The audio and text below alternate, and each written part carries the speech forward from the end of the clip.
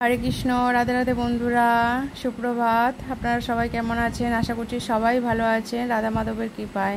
আমিও ভালো আছি। আমার মঙ্গল আরতি হয়ে গেছে আর ভগবানকে দর্শন করিয়ে দিলাম। ভগবানকে দর্শন করে নিন। আর আমি চলে এসেছি এবার রান্নাঘরে।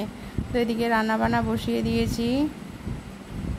আর প্রচণ্ড রোদ উঠেছে আর প্রচণ্ড গরমও পড়েছে আজকে।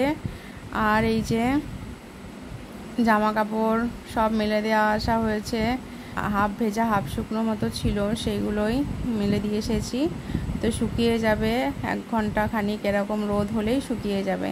তো এখানে অন্ন বসিয়ে দিয়েছি। অন্নটা পাক উঠে গেছে বলে বন্ধ করে রেখে দিয়েছি, একটু পরে আবার চালাবো, তাহলে গ্যাসটা সাশ্রয় হয় একটু। তো যাই হোক, কিছুক্ষণ পর আবার চালিয়ে দিলে পরে তারপরে পাক উঠলে ভাত হয়ে যাবে।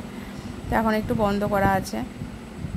তো সব কিছুই সাশ্রয় করে করতে হয়, সংসার মানুষদেরকে সব কিছু বুঝে শুনেই চলতে হয়। তো এদিকে আমি চাল কুমড়ো ঘন্ট করব, মুগ ডাল ছড়িয়ে।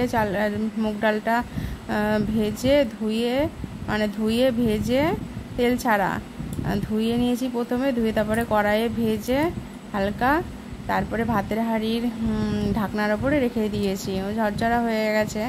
তো যাই হোক, চাল কুমড়োর মধ্যে ছড়িয়ে দিলাম। চাল কুমড়ো দিয়ে ঘন্ট করবো। আর এখানে একটু ধনে আর জিরে ভেজে নিয়েছি, এই মশলাটাই এখানে গুঁড়ো করে ছড়িয়ে দেব। আর আলু দিইনি আজকে, চাল কুমড়োটা এমনি করেছি।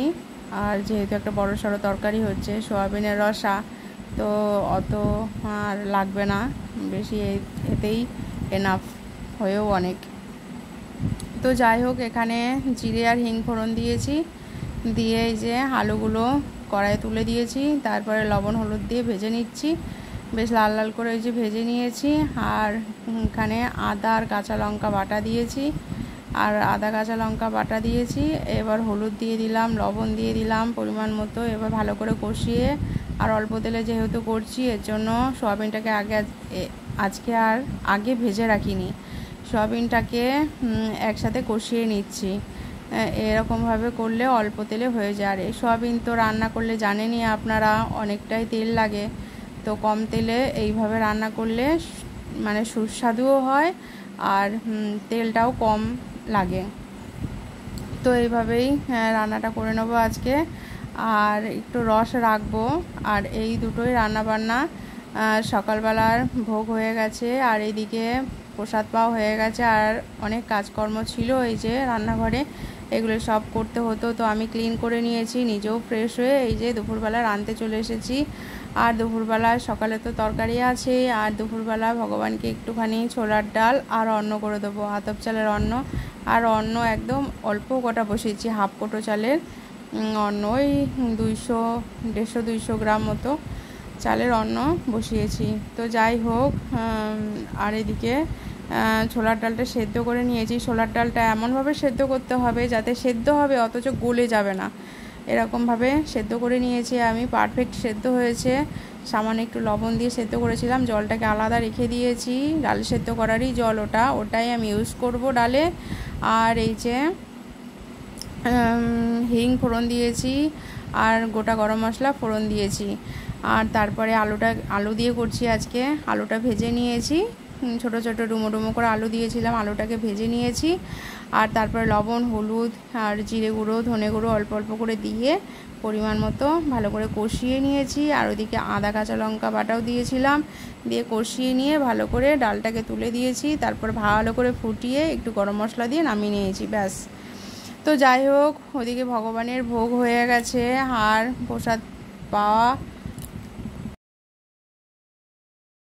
তো যাই হোক, প্রসাদ পাওয়া হয়ে গেছে। আর মেয়েও বললো, জিজ্ঞাসা করলাম প্রসাদ কেমন হয়েছে, বলো অসাধারণ হয়েছে। আর প্রসাদ সবসময়ের জন্যই অসাধারণই, যেহেতু এটা ভগবানের কৃপা। তো যাই হোক, এরপর আমি কাজবাজ কমপ্লিট করে নিয়েছি।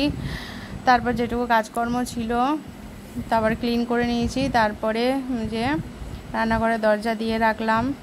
আর পোকামাকড়ের খুব উৎপাত, কখন কোন পোকামাকড় ঢুকে যায় তার ঠিক নেই। তো যেন দরজা দিয়ে রাখলাম। আর এদিকে জামা কাপড় অনেক প্রচুর কাঁচা হয়েছিল সার্ফে, তো সেগুলো নিয়ে যাচ্ছি গুছিয়ে। আরও আছে জামা কাপড়। তো পুরো বাগান ভর্তি জামা কাপড় ছিল। আর আমার সাথে সাথে মেয়েকেও নিয়ে এসেছি, যে একা তোলা যাবে না, তো জামা কাপড় দুজনে মিলে নিয়ে আসবো। আর এদিকে গাছপালা এত ভরে গেছে এই কয়েকদিনে, তো প্রচুর জঙ্গল হয়ে গেছে, এগুলো পরিষ্কার করার দরকার।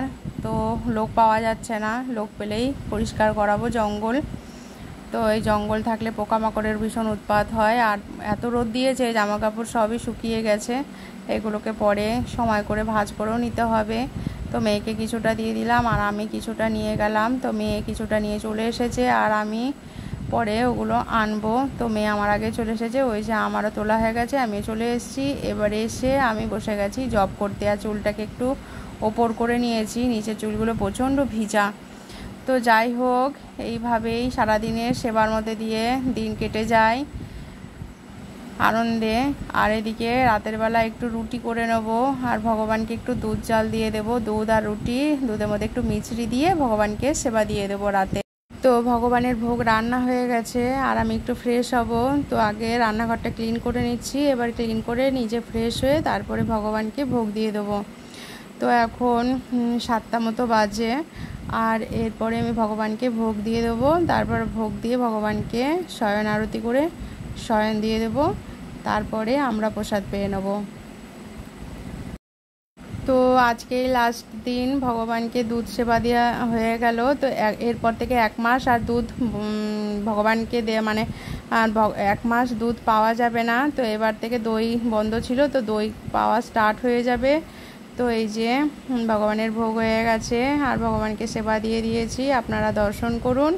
তো আজকের মতো ভিডিওটা এখানে এন্ড করলাম। আপনারা সকলেই সুস্থ থাকবেন, ভালো থাকবেন, দেখা হবে পরবর্তী ভিডিওর সাথে। আর আমার চ্যানেলটিকে সাবস্ক্রাইব করে আমার পাশে থাকবেন। হরে কৃষ্ণ, হরি বল।